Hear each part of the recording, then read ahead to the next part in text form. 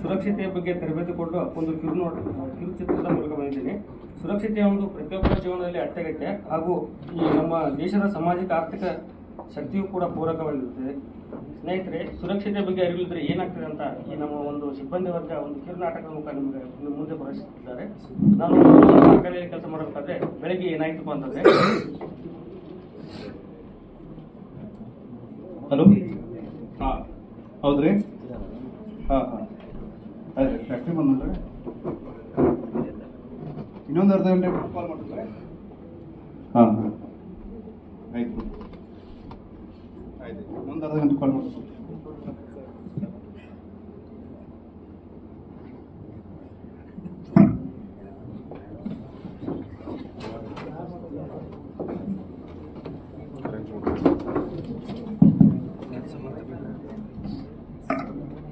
ಏನಪ್ಪ ಆನಂದ್, ಏನು ಮಾಡ್ತಿ ಸರ್?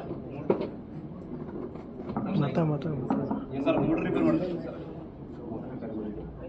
ಹಾಂ ಸರ್, ಒಂದು ಮೋಟರ್ ರಿಪೇರಿ ಮಾಡೋದಕ್ಕೆ ನೀವು 4-5 ದಿವಸ ಟೈಮ್ ಬೇಕಲ್ಪ. ಇದರಿಂದ ಪ್ರೊಡಕ್ಷನ್ ಎಷ್ಟು ಚಂದ ಬರ್ತೈತಿ ಒಂದು ಏನಾರು ಅರಿವು ಐತಿ ನಿಮ್ಗೆ?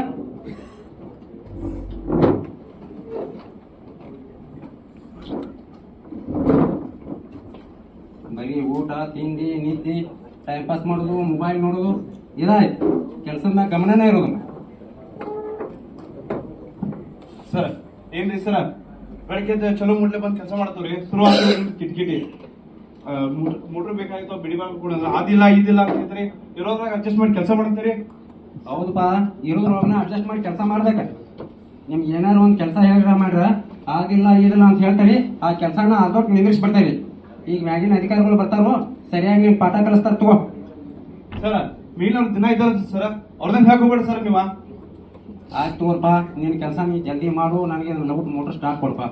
ಆಯ್ತಾಯ್ತು ಸರ್, ಸ್ಟಾರ್ಟ್ ಕೊಡ್ತೀನಿ ಸರ್. ಈಗ ಸರ್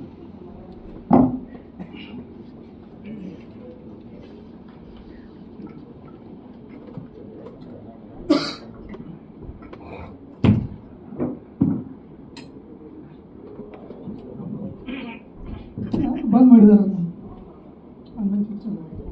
ಚಾಲು ಮಾಡಿ.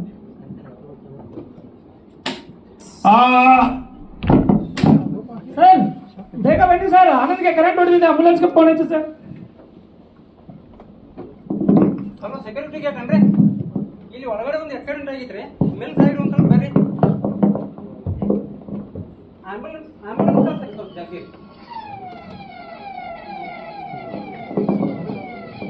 ನೋಡಿದ್ರಲ್ಲ ಸ್ನೇಹಿತರೆ, ಸುರಕ್ಷತೆ ಬಗ್ಗೆ ಅರಿವಿಲ್ಲದೆ ಈ ರೀತಿ ಅನಾಹುತ ಆಗುತ್ತದೆ. ಆ ವ್ಯಕ್ತಿ ಕೆಲಸ ಮಾಡ್ಬೇಕಾದ್ರೆ ಆತನ ಕಾಲಲ್ಲಿ ಯಾವುದೇ ತರ ಸೇಫ್ಟಿ ಶೂಸ್ ಇಲ್ಲ, ಕೈಯಲ್ಲಿ ಯಾವುದೇ ತರಹದ ಹ್ಯಾಂಡ್ ಗ್ಲೌಸ್ ಸಹಿತ ಹಾಕಿಲ್ಲ. ಆ ವ್ಯಕ್ತಿ ಆನ್ ಮಾಡ್ಬೇಕಾದ್ರೆ ನಾಮಫಲಕ ಸಹಿತ ಹಾಕಿಲ್ಲ.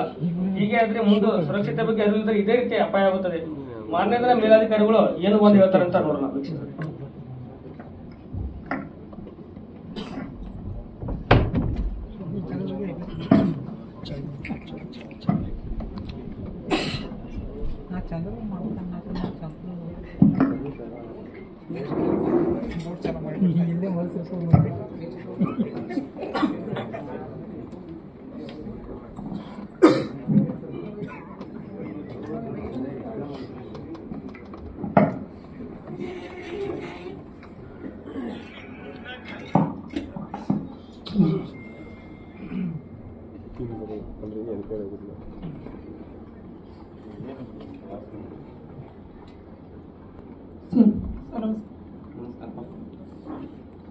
ಏನಪ್ಪಾ ಚಂದ್ರು, ಎಷ್ಟು ಬೇಜವಾಬ್ದಾರಿಯಿಂದ ಕೆಲಸ ಮಾಡ್ತೀರಿ ನೀವು.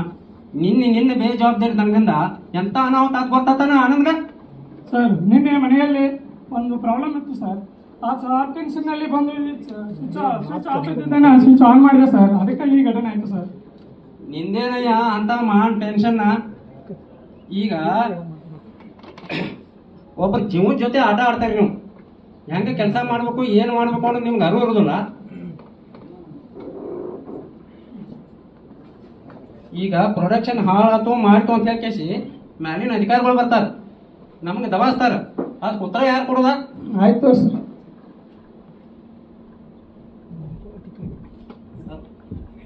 ಸರ್ ನಮಸ್ಕಾರ. ಏನ್ರಿ ನೀವಿಬ್ರು ಆಟ ಆಡ್ಕೊಂಡಿದ್ರಲ್ಲ, ನಿಮ್ಗೆ ಜವಾಬ್ದಾರಿ ಅನ್ನೋದೇನಿಲ್ರಿ? ಇಲ್ರಿ ಸರ್, ನಿನ್ನೊಂದು ಆಕ್ಸಿಡೆಂಟ್ ಆಗಿತ್ತು, ಅದ್ರ ಬಗ್ಗೆನೇ ಚರ್ಚೆ ಮಾಡ್ತಿದ್ರು ಸರ್. ಆಕ್ಸಿಡೆಂಟ್ ಹೆಂಗೈತ್ರಿ ಹೇಗೈತ್ರಿ ಹೆಂಗೈತ್ ಪಾ ಚಂದ್ರ ಆಕ್ಸಿಡೆಂಟ್? ಸರ್ ನಿನ್ನೆ ಆನಂದ್ಗೆ ಕರೆಂಟ್ ಹೊಡೆದಿತ್ತು ಸರ್. ಈ ಸೂಚನಾ ಫಲಕ ಮೇಲೆ ಯಾವುದೇ ರೀತಿಯಾದ ಸ್ವಿಚ್ ಮೇಲೆ ಯಾವುದೇ ರೀತಿಯಾದ ಸೂಚನಾ ಫಲಕ ಇರಲಿಲ್ಲ, ಅದಕ್ಕಾಗಿ ಈ ಘಟನೆ ಆಯ್ತು ಸರ್. ಏನಪ್ಪಾ ಆನಂದ?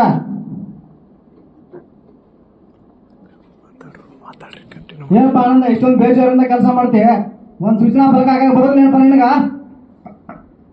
ಸರ್ ನಿನ್ನೆ ಉಳಿದ ಕೆಲಸವನ್ನ ಪೂರ್ಣ ಮಾಡ್ಕೊತಾ ಬಂದೆ ಸರ್.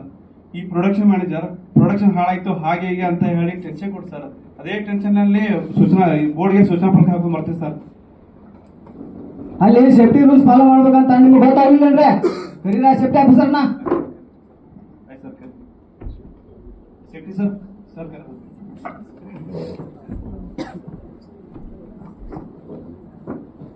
ಏನ್ರಿ ನಿಮ್ಗೆ ಸೇಫ್ಟಿ ಬಗ್ಗೆ ಹೇಳಕ್ ಬರೋದಿಲ್ಲೇನ್ರಿ? ಸರ್ ಈಗ ಆಲ್ರೆಡಿ ಕಾರ್ಖಾನೆ ಒಳಗಡೆ ಸರ್ ನೀವು ಅದ್ರ ಬಗ್ಗೆ ತಿಳಿಯಬೇಕಂದ್ರೆ ಪ್ರೊಡಕ್ಷನ್ ಡಿಲೇ ಆಗುತ್ತೆ, ಈಗ ಬ್ಯಾಟ್ರಿ ಅಂದ್ರೆ ನಾಳೆ ಮುಂದೆ ಕೊಡ್ತದೆ ಸರ್. ರೀ ಪ್ರೊಡಕ್ಷನ್ ಮ್ಯಾನೇಜರ್ ರೀ, ನಮಗೆ ಪ್ರೊಡಕ್ಷನ್ ಎಷ್ಟು ಮುಖ್ಯನೋ ವರ್ಕರ್ ಸುರಕ್ಷಿತನೂ ಅಷ್ಟೇ ಮುಖ್ಯ. ಅದೇನೋ ಸುರಕ್ಷಿತ ತರಬೇತಿ ಬಗ್ಗೆ ಹೇಳ್ತೀನಿ ಇದ್ರಲ್ಲ, ಅದನ್ನ ನಾನು ನಾಳೆನೇ ವ್ಯವಸ್ಥೆ ಮಾಡ್ಕೊಳ್ಳಿ. ಇನ್ನು ಮುಂದೆ ಈ ತರ ಅನಾಹುತ ಆಗದಂತೆ ನೋಡ್ಕೊಳ್ಳಿ.